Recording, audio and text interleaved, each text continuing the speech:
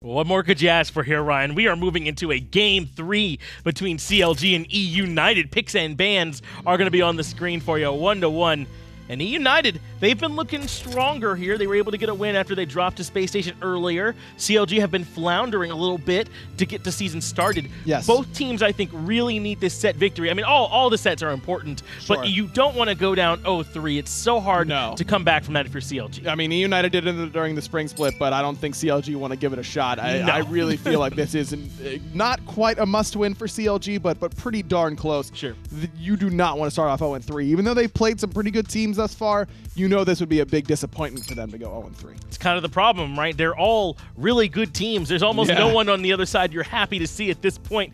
So it's just rough out there in both regions. As CLG starting off with the Xbalanque Thoth bans, that's a little bit different. I believe they've been doing the Xbalanque Terra bans. Yes, it's been Xbalanque Terra, and the United's been doing Athena and Serket. Right. This time United go for the Giannis ban instead. So now CLG has Terra or Serket to go for. They can't get both, obviously. So instead, they select the Terra. If E United wants to pick Serket here, right? That's what their picks and bans tell me. Otherwise, they just leave the Serket open and take Giannis away from Heroin. No surprise to see Scream go for the Serket. And I think the reason we're seeing the shakeup, I believe this is the first time CLG have been first pick here in this game as well. So now with them in the first slot, they kind of got to make some adjustments. And that means Chang'e Serket can go over to E United. And if the first two games were any indication, it seems like Chang'e is a pretty good decider of who might be able to win some games here. Man, who would have thought Chang'e is like the top pick, top ban this week? I wouldn't have. I guess, yeah. Incredible. How fast things change in the Smite Pro League. But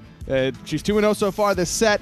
CLG pick a couple gods that can deal with her okay. Particularly the Raijin, I think, is a good pick here for Heroin. There's a god that can apply Divine Ruin very, very easily from a very safe distance. It can be difficult for Chang'e to get on top of Raijin particularly easily. And this is a flex pick now for United because they don't have to put this in solo right away. Now they have the option of taking it into the mid lane for Venenu. The first two games, both teams had already selected their mid laners in the top three. Now there is some ambiguity there.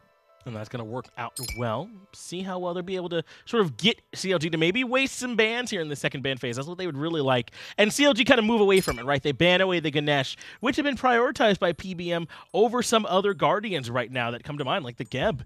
And so it's a good idea to take this one away from him, as well as the Ares. So they kind of don't walk into that trap then. They, instead of guessing, they go an area where they can be pretty sure. And I like that Ares ban. PBM's played quite a bit of it during his time in the Pro League, and these are three gods that can struggle against Ares, all three relying on their mobility. Specifically Terra and Hu Yi, though, that can really struggle because neither of those gods have CC immunity in the kit at all. And then Ares can take advantage of that very well. Plus, considering how well PandaCat and PBM played those lanes in the early game, the last two games, it's really been those two dominating the early game laning phase. You don't want to give him an Ares that can get ahead, and if he does get ahead, start to punish your entire team after that. Now, United have picked the Cerberus for themselves, and they already have the Stain on their comp by the way of Chang'e. Might help out a little bit against some of what Terra and Hercules try and do. And they're going to pair that with the Ratatoskr, so sort of that semi-global presence from the jungle. Pairs very well with the Raijin. That's good setup for the Taiko drums. The Morrigan is the final selection. We haven't seen the Morrigan in so long, It's but been a this is a comfort pick for Venenu, and I think it could really work out because we used to see Morrigan selections whenever there was a Terra on the enemy team to match that global ultimate. Now you can use it just to match the great team fight ultimate that she brings. It can help him match the global rotations or semi-global rotations of this Ratatoskr. Absolutely. You get double Serket in the early game. I love this pick here for Venenu. I love it. It really is, especially, I think that the junglers in particular are what's so important here. You said the double Serket and the double Ratatoskr. Well, not the double Rat, but they get their own Rat to sort of match up with the Rat of CLG. I mean, I think this Morrigan pick is a great one. And you're right, Venenu does a good job as Mage Morrigan as well. Yes. Like, not even transforming.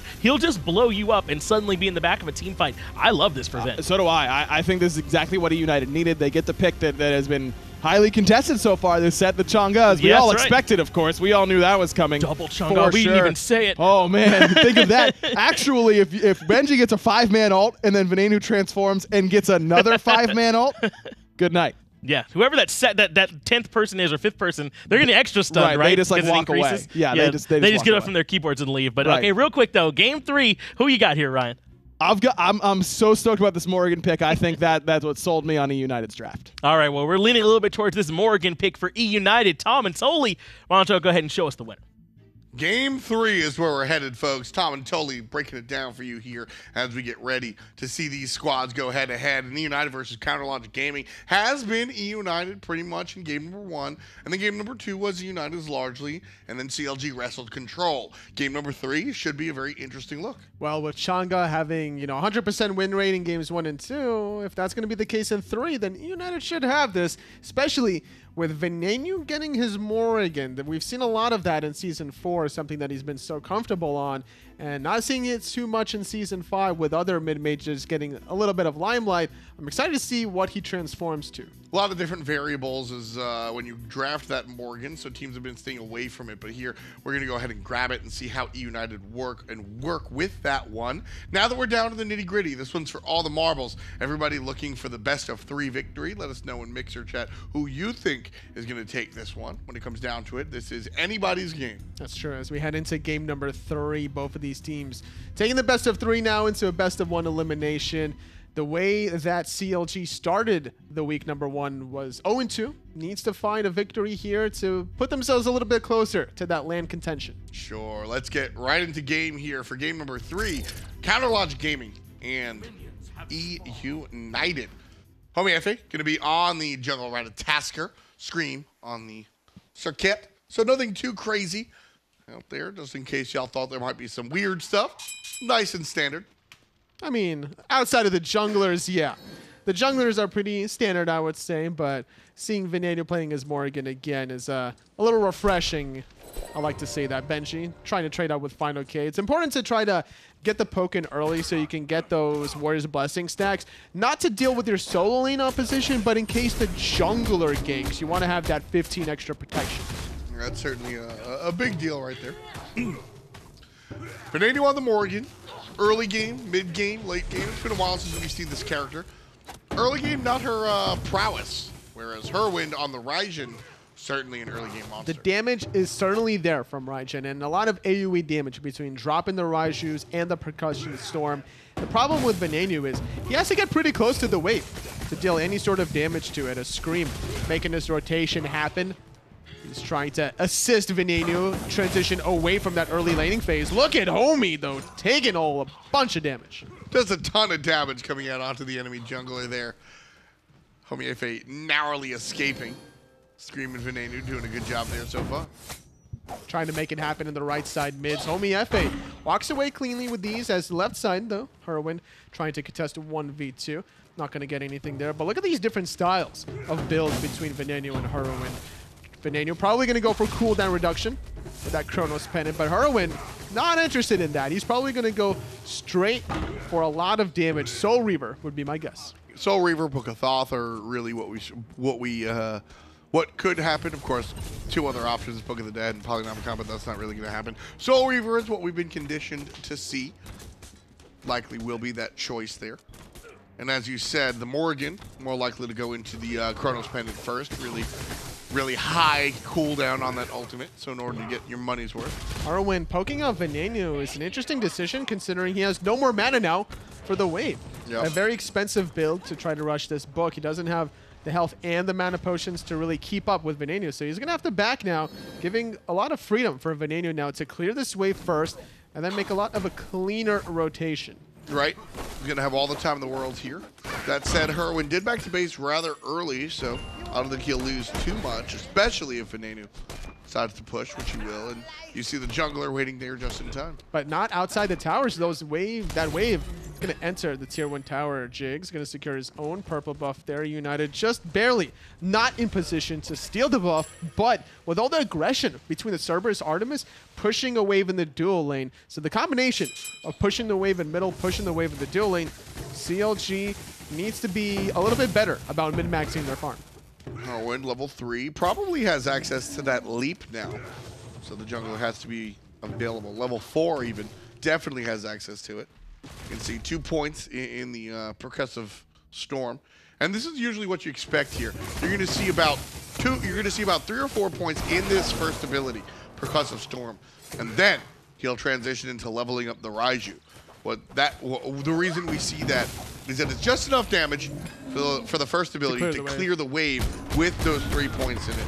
and then the Raiju brings the damage. Panda Cat in a lot of trouble because here comes Homie with the first blood, even a double just for his trouble. Nice stuff for Homie Effie there, just served up. I mean, that's a jungler just dreaming for it, right? That's what you want to do with any sort of global pressure, whether it's Thor, Thanatos, or Atatasker. You use that global pressure and get your side laners a lead. Maybe you want to shut down Benji on the Chang'e, obviously, but it's not a bad idea shutting down Panda Cat on the late game Artemis too. Yep, certainly a character that you want to keep in check. And Panda Cat known for his Artemis as well, so perhaps a little extra, boon there in that category. But Benji on the Chang'e looked so damn good in game number 1. Glad to see Final K on the Hercules. This is a character that I think he's a little bit more comfortable on. And thus, I like it a little bit better than the Guan. But that even forces the hand of Benji trying to rush the physical defense before any sort of boots completed.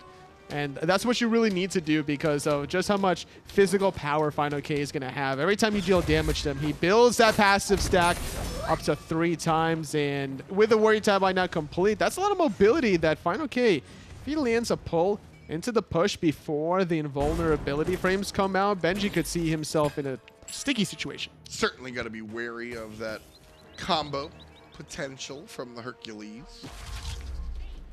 Venenu trying to toss out a little bit of damage towards Homie Effie, but not quite there just yet. So again, Venenu, certainly not the early game monster that Heroine is on the Raijin. So when do we expect to see the Morrigan really step into herself? It's about that level 13 marker. 3 points in the ultimate, trying to get some cooldown reduction. It's just such a long cooldown without any sort of amplifiers. Global pressure, Homie Effie yet again making his presence. Waiting his turn. Love to see that. Scream gets the last hit, but Snoopy answers back on a Panda Cat, and he gets 2, in fact, off of the jump from Homie Effie. Like to see the patience come out of Homie Effie because you saw the ultimate from Polar Bear Mike go out first, and you knew that he would be negated if he jumped right in the thick of things. So he waited for PBM to be done. PBM feeling good about that, picking up his own purple buff. Unfortunately, Snoopy's hitbox is just not thick enough to prevent the doggo. Nope, not going to happen this time around. That's actually a thing, though, between 2 warriors trying to battle over buffs. Both hitboxes are large enough that you can actually just kind of buff each other out from picking up their own blue buff every time. You just stand on it and you're sitting there saying no thank you? Yeah, you stand on it on top of it. You're able to just position yourself long enough because it lasts 30 seconds once it drops on the ground, and you can literally be sitting there the whole entire time. And that value before level 7 just becomes more and more valuable. The later the game goes, blue buff, less really impactful. So that kind of stuff matters in the long run between these 2 SPL teams. For sure, for sure, for sure. Early on in this one, Counter Logic Gaming have found themselves a bit of a lead. About 1,000 gold, give or take, 13-15 to be more precise, wave to wave, of course.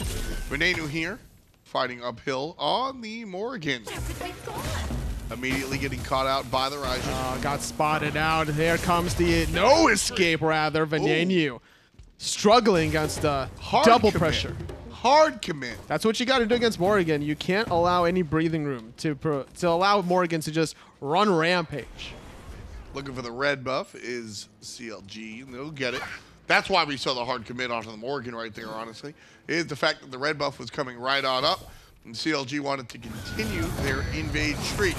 Panda Cat in trouble. Will dodge out the stun right there. No big deal. But still continuing what they're doing here. That's been the identity for CLG this game. Just focus on the duo lane. Ever since Homie Effie used through the Cosmos, it's been a part of 100% of the kills out of CLG. Got 3 for himself, assisted in 2 additional ones. Impressive stuff out of the young rat. So with this lead, if you will, 2,000 gold, right? Small. Where does CLG look? Do they force a gold tier in a couple of minutes? Not necessarily, unless they can find some picks onto Venenu, because obviously he can also transform to a lot of people, and Scream. If they can make sure that Benji is preoccupied with Final K, they pick off Scream and Venenu, and only have to worry about PBM and Panda Cat, that could be their small window. And even then, it's risky because there's not that big bang burst out of CLG. Yes, Heroine's ultimate does a lot of damage, but that's over 4 hits. There could be a small window where Panda Cat can snatch that through a wall. Gotta be careful of that one for sure.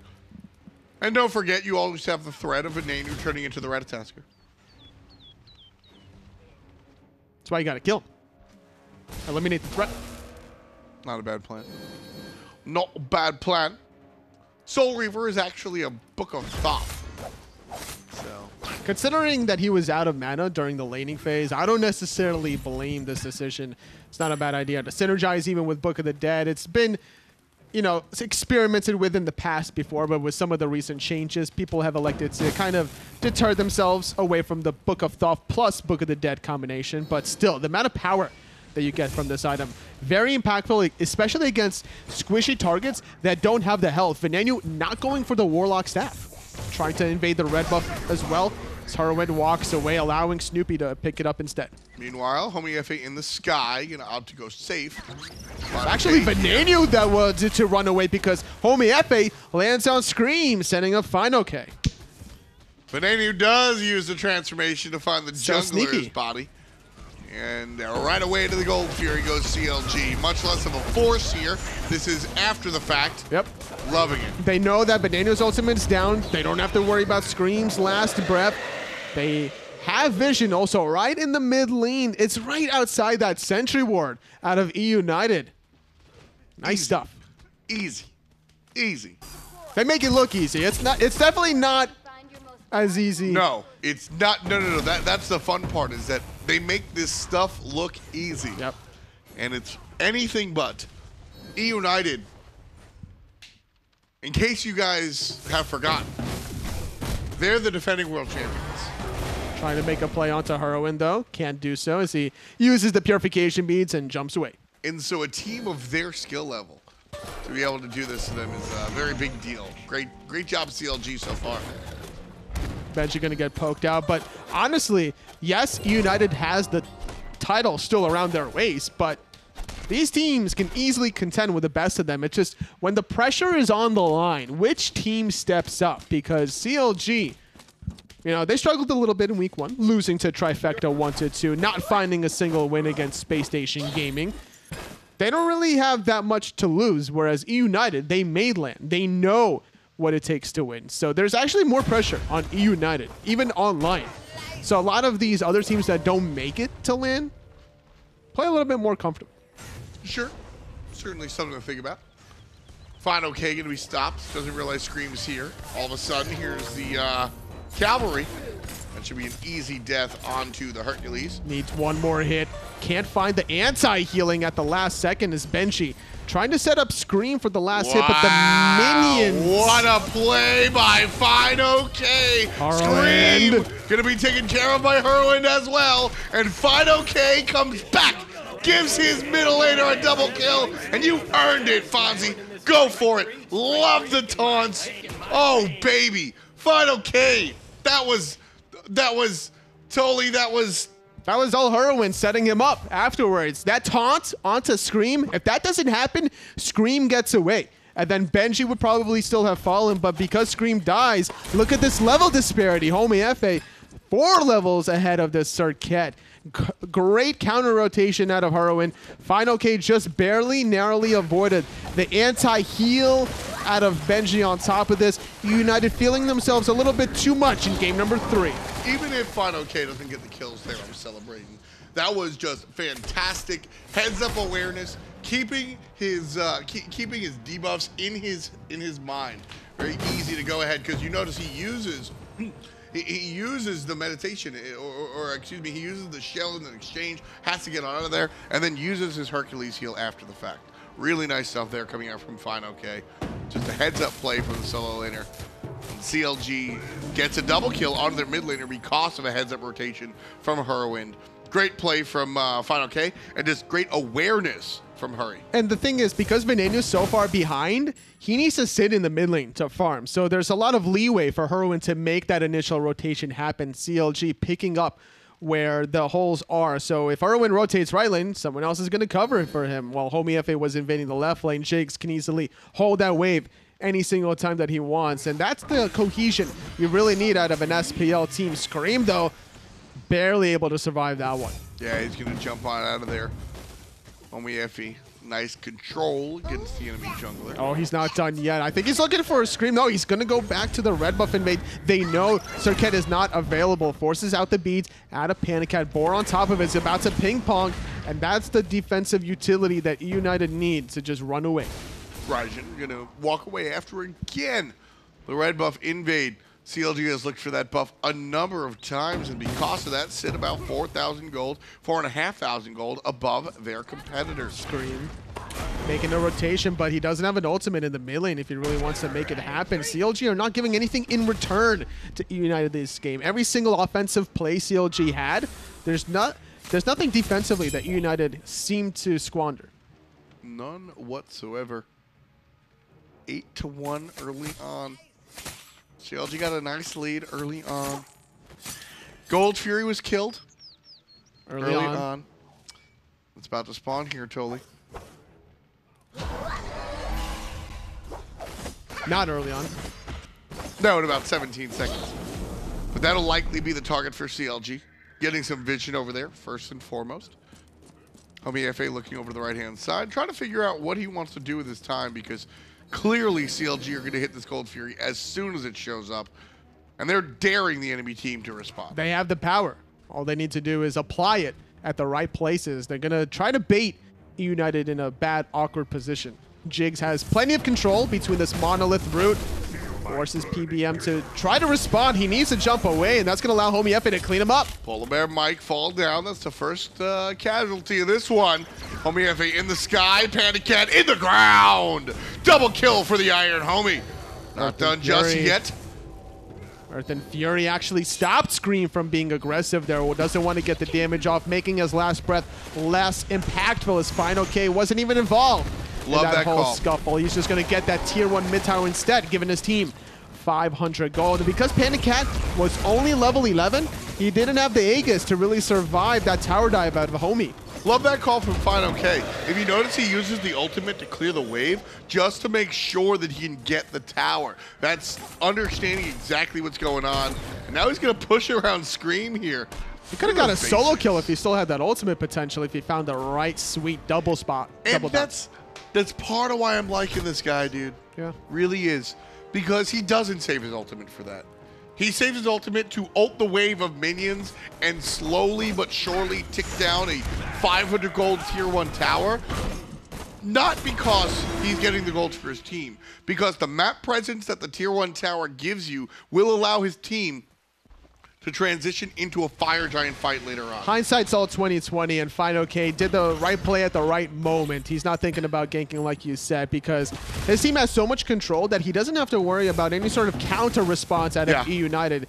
If they were to get frisky, well, he has enough cooldown reduction to fight back into it between the Breastplate of Valor and Genji's Guard having 30% total. And that's kind of where I was going with that, was that Final K put himself there, demanding that United respond to him, because better kill the Hercules that's taking the tier 1 tower than, oops, my whole team getting the Gold Fury. So he's sitting there going, look, either I'm going to get a tower or I'm going to get ganked. But either way, I'm doing my job of zoning. Final K just crushing it. It's really nice to see him do well in lane.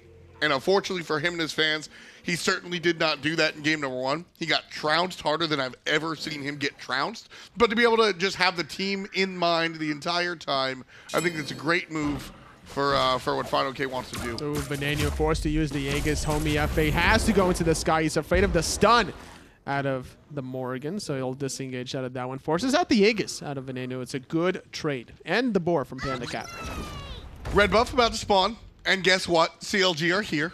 I mean, if you have this kind of a lead, the map is almost yours for the picking. United can't even comfortably leave the outskirts of their tier 2 tower without using their relics. That's when you know things are starting to go in a slippery slope. When you have to start using your sentry wards pre-20 minutes into the game before Fire Giant is even being looked at, United have to find a way to bounce back, but CLG without any sort of breathing room allowed. Yeah, about 5,000 gold in the lead is Counter Logic Gaming. 6,000 to be precise. And with 20 minutes looming here, Anatoly, CLG, their next move, is it Fire Giant or is it elsewhere? Depends on how frisky they're feeling. if they can keep forcing out these defensive relics, I say go for it at that point. They're able to get up both relics out of Venania while only trading the ultimate out of Homie. Things are only going to be looking more pretty for CLG, or even baiting out Scream if they really wanted to. Scream gonna be dashing on back there. Benji local as well. United not having the game that they had dreamed about earlier. Benji providing a little bit of poke on to Final K, but likely gonna need a little bit more in that regard. This time around, not going the Warlock staff as he did in game number 1. A little bit more under pressure, so had to go directly into the breastplate. That's true. Whenever you have a lead, you could definitely walk away cleanly with the timing of building the Warlock staff. But when you're in a deficit, when your team is calling for you to rotate for team fights, you don't have time to build those stacks, so better to be more impactful in this power curve at the moment. I've spoken to a lot of high-end solo laners, from whoever you would guess was number 1 to some of the more humble solo laners, let's say. And all of them say, whenever I'm playing a Guardian, Warlock staff is what I wish I could build. But I can't because that's not how competitive Smite works. And I said, even on gods like Sobek? And they said, absolutely.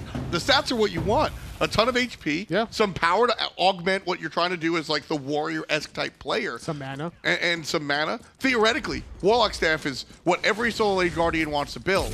But because of the demands, nice shot Snoopy, of competitive Smite, you're not given the luxury of sitting there in lane and farming up the stacks, because if you do that, people are going to press tab, look that you're building stacks, and then camp you, because Warlock staff is not really a full item until about 50 to 60 stacks. Well, they either camp you or they force team fights elsewhere. Exactly. Either way, they take advantage of the fact that you went into that itemization.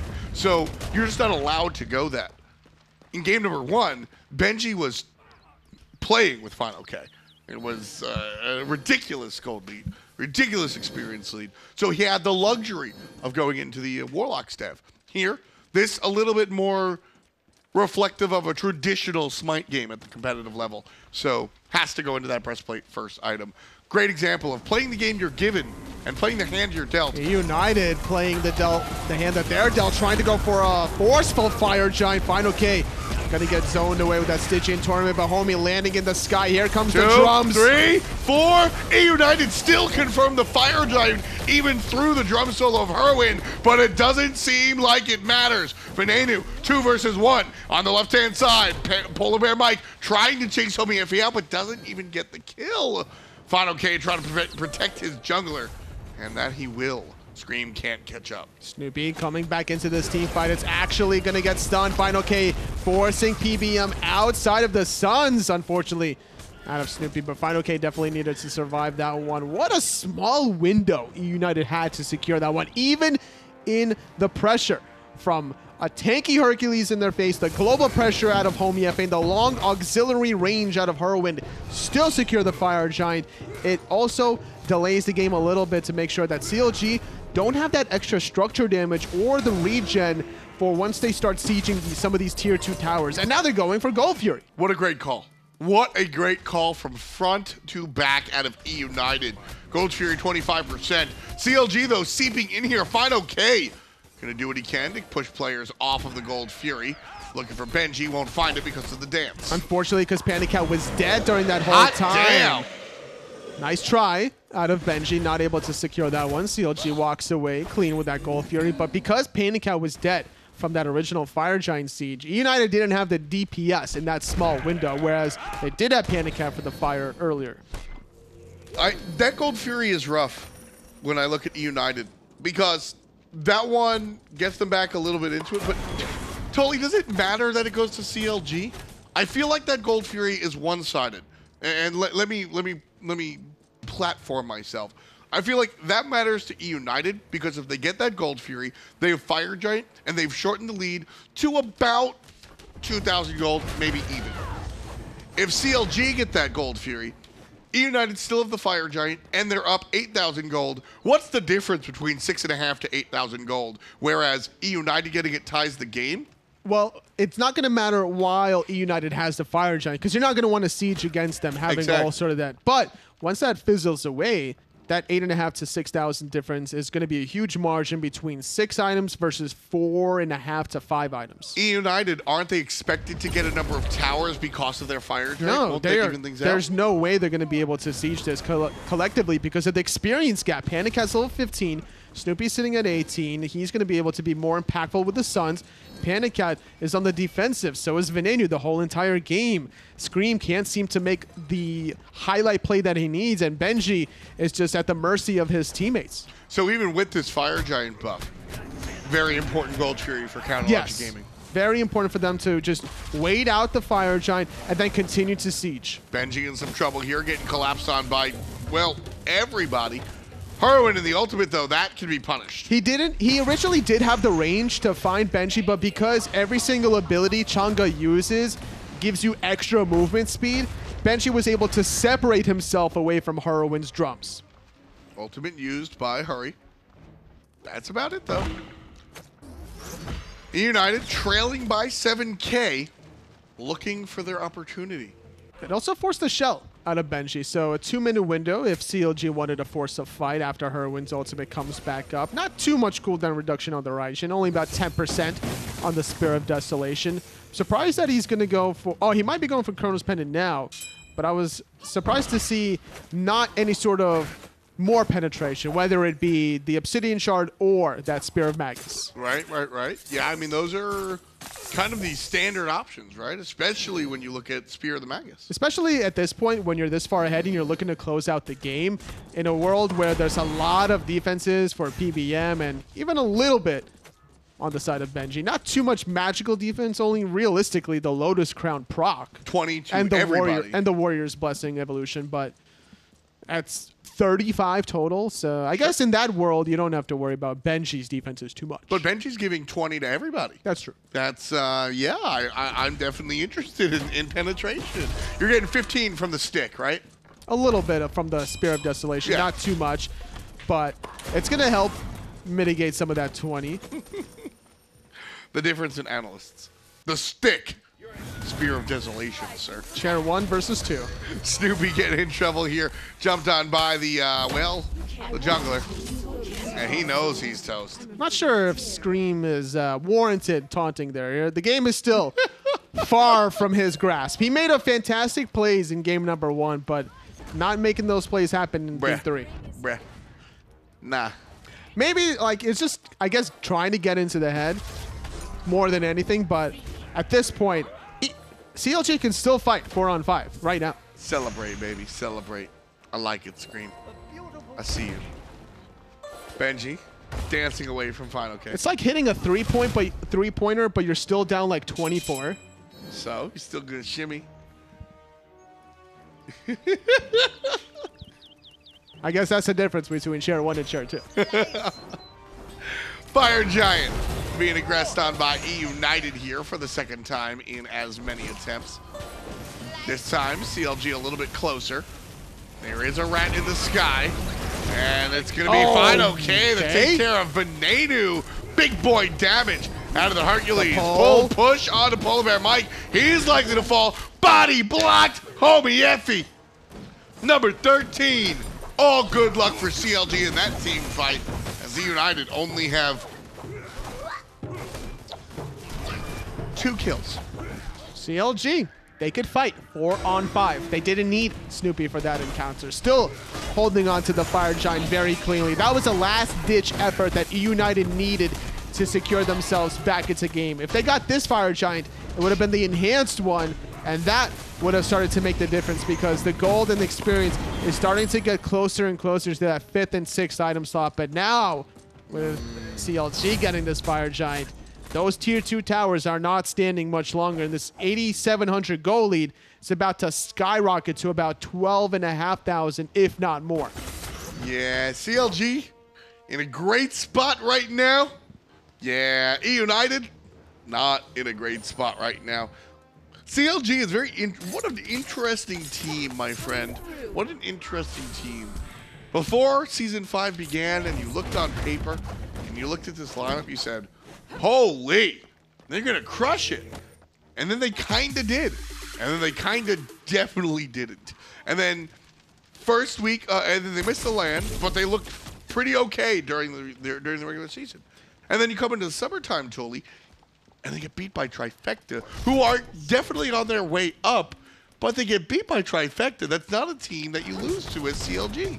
But then here, game number 1 was a little bit rough, but game 2 and game 3, CLG have seized the moment and it very, very intensely. They need to have the right shot calling whenever things are looking good or bad for them. Because when you're ahead, it's very easy to close out games. You have enough experience with that with pub stomping in casuals or ranked. So everyone on the same cylinder as long as everyone's winning their lane short. But what happens when you're on the back foot? What can you really do? CLG, they struggled against Trifecta. They didn't find a win against Space Station Gaming, but they're looking to close it out today against E United. Jungler still stuck in the middle lane. Scream looks like he's in ambush, just waiting. He's not even in ambush, just waiting there. Blinks forward. Stun is good. Stun, and the taunt, and the ultimate, and the kill. Venenu takes care of homie Effie. That's the kind of sneaky play that E United needs to apply onto CLG to keep themselves in the game. Even still holding onto their left side, Phoenix was still just waiting for homie Effie. They thought that tier 2 tower was going to be free and clean, but that blink play from Scream, so important to set up Venenu. And even that basic attack after applying all the poisons, everything had to kind of align perfectly to find that kill. Gold's Fury, E United's target here. This one goes down easy peasy, no contest from CLG. That one's certainly more important for E United than CLG. The difference between a 10,000 gold lead and an 8,000 gold lead for the team or the difference between a 10,000 gold lead and a 12,000 gold lead is irrelevant. But the difference between shaving 2,000 off is really nice, especially as we reach the final moments of the game, or it could be, because of the fact that they're going to even up their itemization, coming closer to the 6-item slot. And now, because of this kind of style between the double gank onto homie Effie, it also buys a lot of time for E United to fizzle away CLG's enhanced Fire Giant buff. Only 45 more seconds on that buff. I don't really think they have that timing window that they need to get the Phoenixes, or at least for additional waves. Maybe one wave worth of a push is in CLG's gas tank, but certainly not 2. And this is where somebody from CLG has to set up the shot calling, and that needs to be on PBM. Really nice play from Jigs there, setting up the, reading the jump from PBM, who will narrowly escape with his life. Left side push, 17 seconds left on Fire Giant. Look at Venenu. So CLG just going for it. On the backside, homie FA lurking, trying to keep things safe. Venenu takes care of one, Scream takes care of the other. CLG now on the retreat. And jumping forward is Scream, looking for fine okay. Venenu just casually walks in stealth between every CLG member, transforms into Terra, gives him the clap, and then the rest of E United clean up. Nice play there. Just clean stuff. And Venenu, his ability, we talk about the Morrigan, and the Morrigan is a god in her own right. And when you see players, I always think of Zeros as a great the Morrigan player. But Venenu, and I'm not saying he's not a great the Morrigan player. He does the Morrigan totally fine. What stands out when Venenu plays is his ability to pilot every other damn character on the map. You have to evaluate every situation for what it's worth. And Venenu saw a small, little light in the darkness of the tunnel, and he crawled through it to allow his team this kind of an advantage. And honestly, Venenu had a very difficult matchup against the Raijin at the beginning of this game, but Morrigan that still gets to level 20, 5 items deep outside of the evolved Mage's Blessing, is still going to do Morrigan things. Yeah. And that's going to be important for E United to get back into this game, still holding on to their Phoenixes, even game at this point. Keeping everything intact. 33 minutes on the clock. CLG with 13 kills. Fire Giant, this will be their second. They've got the big boy. E United back to base and give the Fire Giant up. How do you feel about that one, Tolfred? I think CLG are feeling good about it, and I don't think E United are too deterred. I think that since they've been able to defend the previous one, that they should be in a decent spot to defend this one. Should E United have been at Fire Giant to defend? No. They didn't need it whatsoever. They also invested a Waxing Moon for whatever reason to stop Final K from securing the Pyromancer. So without the Chang'e ultimate, it kind of makes sense as to why they didn't want to engage. Also, Scream's Blink was still on cooldown. So with that in mind, CLG.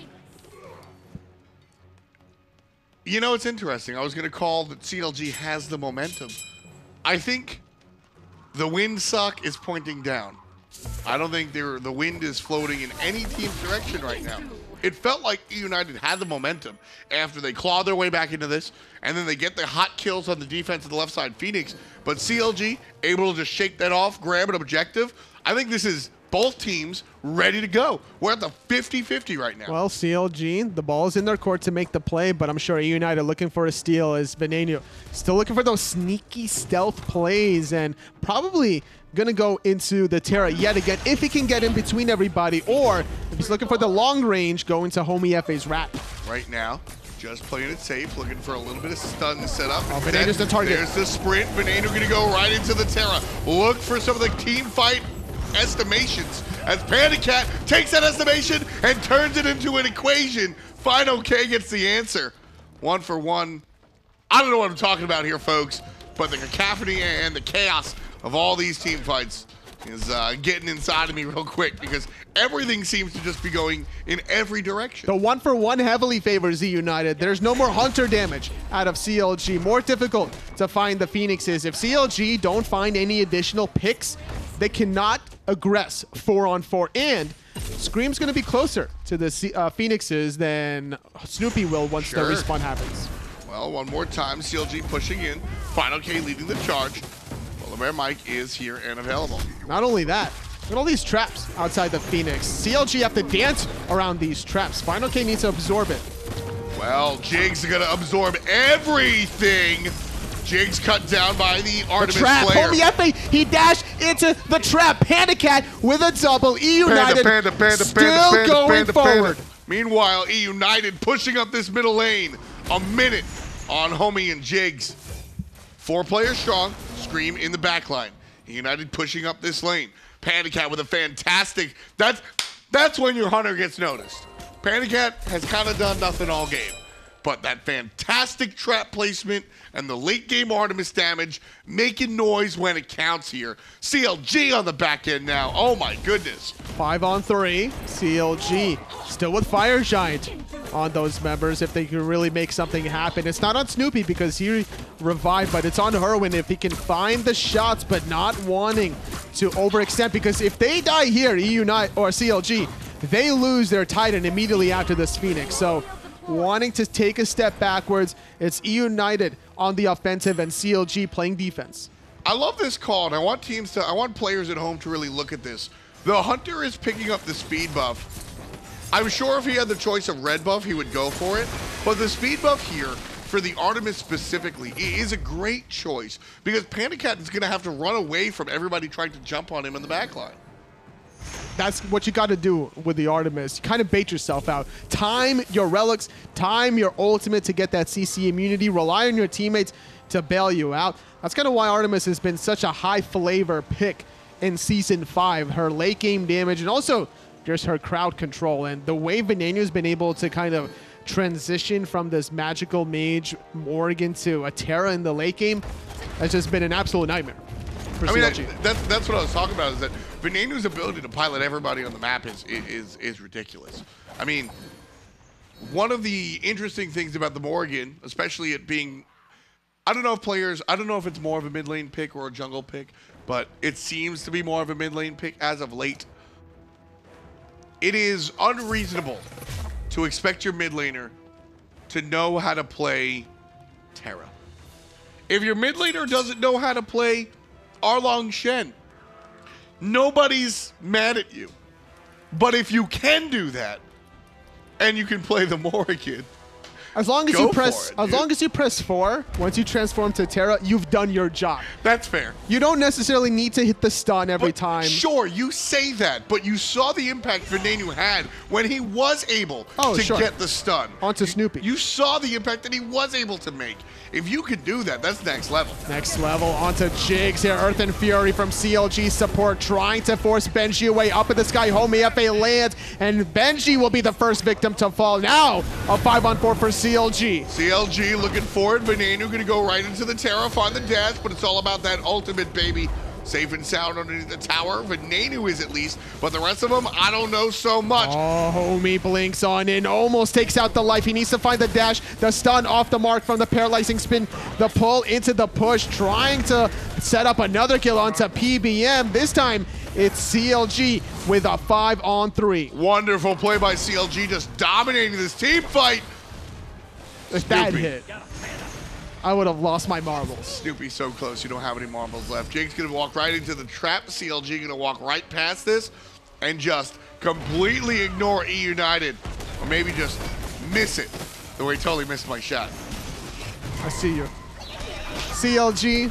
Man, this game is so back and forth. This game has been, I mentioned it, I mentioned before, I mean, this is the game that I always want to see game 3s as. I don't mind, truthfully speaking, I don't mind a stomp every now and then. You know what? It's kind of fun to watch a team just all out flex real hard. Sometimes, earlier today, we saw Energy beat Rival in like 22 minutes. Bruh, sometimes it's fun watching these teams go all in, all out. But when it comes time for game 3, Anatoly, I want to see back and forth and back and forth. And CLG and E United have absolutely delivered. Thank you. Not you, the teams. Oh. You're welcome, Thomas. But anyway, CLG clearly proven that they can battle with the best of them, despite their lackluster week 1 performance. Man, this is how CLG should be playing in my mind. So I'm not sitting here oh man, I had this conversation with somebody on Reddit. There's a difference when... That's your first problem. Sure. But there's a difference when a lower end team takes a game off a higher end team, right? CLG, if this is Splice battling E United right now, I'm celebrating them just for being here, right? But this is Counter Logic Gaming. This is the team that Final K, Homie FE, Herwin, Jigs, and Snoopy. This is a team that could be a #1 play. This could be a #1 seed going to LAN. They should be here, Anatoly. So I'm excited and I'm thrilled with the level of gameplay that we're seeing. Don't get me wrong. But on the other side, I don't think they deserve any high praise just for being here. This is where they deserve to be. This is where they have been. And they need to continue this. They just need to find that X factor. All the members of CLG have so much synergy playing together, whether it was on a past team or just together outside in general. But United are no slouch as to how to play defenses. You're not winning High-Res Expo Smite World Championship without knowing how to be on the back foot every now and then. United trying to make it happen against CLG. The ultimate test now for CLG. They tried 3 times before, attempt number 4 in the mid lane now. I like what Venenu's doing. Repeatedly setting his clone out there, just seeing if anybody will bite. Final K up front. Trying to catch a little bit of nonsense. Venenu ready with the stun. Trying to hang on to it. Gonna let it dissipate.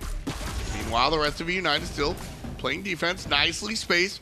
United, Venenu, excuse me, avoiding the Raijin. Somebody needs to eat those traps, and that's what Final K did on the 1 trap, but not pressing forward. Venenu is always threatening the possible one, finally landing on the trap, but that's a lot of return damage. Herwin is a sitting duck, forced to jump away, Scream on the backside, barely surviving Venenu, forcing the Earth and Fury onto CLG, but the rest of E United are not interested in following up. They want to stay underneath the Phoenix, making sure that they have the 5-on-6. But look at the ultimate disparity. All the ultimates from E United gone. Final K was still an ultimate. Excavate could be the difference for CLG. We'll see how much damage that one's going to do. A little bit of the stun clap coming out from the Terra. The Blink in blink. the back line is going to be Homie Effie. Can't pull. find a target just yet. Pull forces Final the K beats. looking for some more crowd control. United, 90% on their bird. The pull forced the beats out of Panic Cat. That is a huge advantage for CLG if they wanted to aggress. But Homie Efe without the beads. Needs to wait for the ultimate to penetrate that backline. Mid Phoenix very low. This could be the first Phoenix now. Final K with the flip and the kick onto Benji's Chang'e. Finds a great stun and he'll find Snoopy as well. Down goes the Hunter. Excavate is great. 1-for-1 as Veneno answers back, immediately taking out the ball deliverer. 4 players alive on United, 3 players alive on CLG. Defense of the Phoenix successful. United surging forward. Herwin taking a chunk. This is a bait. It's going to be onto Veneno potentially, but the Earth and Fury as the Terra transform. Veneno actually misses his monolith. He chose the wrong one onto Jigs. He chose Jigs' monolith. Couldn't find the explosion. United still pushing forward. 44 on Final K, 35 on Snoopy. Still holding on to their middle Phoenix. This is what makes United so elite. They know when it's time to pull the trigger. As soon as Final K steps on the second trap, not the first one, got a little bit of poke on the first one, but the second one was the all-in commit, trading ultimate for ultimate every which way you look at it. Still holding on for the moment as Fire Giant due to respawn in 15 seconds. Game is just wild. It's the small things. You really mentioned, I love the way you did that. I love the way that you mentioned the fact that United engaged on the second trap, because there wasn't anything stopping them from engaging on the first trap. And I might be giving them too much credit, but I think that was the tactic. I think Polar Mike sat there and said, let them take one trap and let them feel safe, so that when they go for the second trap, they won't be expecting the all-in. Because you're expecting the all-in on the first trap. Yep. And then when that doesn't come, you are kind of like, all right, I'll go for a second one. And then you get sort of a surprise there. I think that was really well done by United, and I want to give them the benefit of the doubt. I think they did that on purpose. Look at United, though. They're not interested in giving CLG a free Fire Giant. Snoopy is the selection. Shell buying him a moment, but it's not enough. First death. Scream takes care of that one. 5 on 4. One more time. 5 on 3. One more time. And Final K falls to the wayside over a minute for both of those players. Homie FA is backing to base. United ignoring the Fire Giant and just heading to the middle lane. With a 45-minute game, these respawn timers are getting really lengthy. 50 seconds on Snoopy, 55 for Final K, 5 on 3. CLG can't hold on to their middle Phoenix yet again, and this one could be an end attempt if they really wanted to. That's exactly what they're going to do. They're going to go right for the Titan. Bear in mind, Jolie, if United lose this fight, CLG walk up mid and lane and win the game themselves. Titan right now, 80%. United right on in here. Jigs is low, Homie FA is low, but Say can stop Scream. Scream jumps on out, 50% on the Titan. Herwin does have the ultimate available, but it's going to be Veneno taking him out before activation. United. Game 3 above CLG. Bouncing back, the whole entire game was a defensive effort out of United. They found some windows of opportunity. Once they got those 2 picks around the Fire Giant, they just saw the light at the end of the tunnel and didn't look back. Nice stuff, nice decision making from United. Everything from, we were talking about the second trap, small picture to big picture. Screw the Fire Giant, go right for the Titan. Really like the decision making coming out from United here. Counter Logic Gaming, though, proving that despite the loss against Trifecta, they're still ready to dance. They definitely have what it takes, like I mentioned, to fight and dance with the best of them. They just need to find that little X factor to put them over that hump. I don't know if it's the leadership or the shot calling, but something needs to solidify the wins that are clearly a win for CLG. Team versus team is how I think this one winds up. Great performance all across the board from all 10 members in game number 3. But who was the most valuable player? That's the question we posed to you guys in Mixer chat. Where are you feeling? Veneno. It's got to be Veneno. The way I'm looking at the left Phoenix Siege when he literally stealthed between everybody and surprised all of CLG with a Terra. Veneno is certainly a player to look at. We'll see what the official call is. Congratulations one more time to United. Above CLG, game 3. Let's break it down.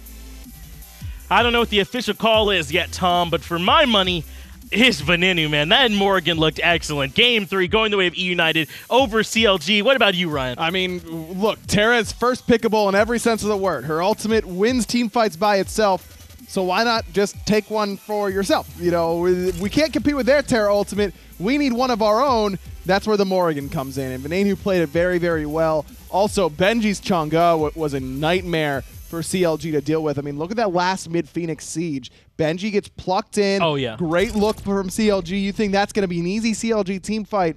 Benji then turns around, stuns Snoopy, then anti-heals Fine OK. He ultimately falls, but it was already too late.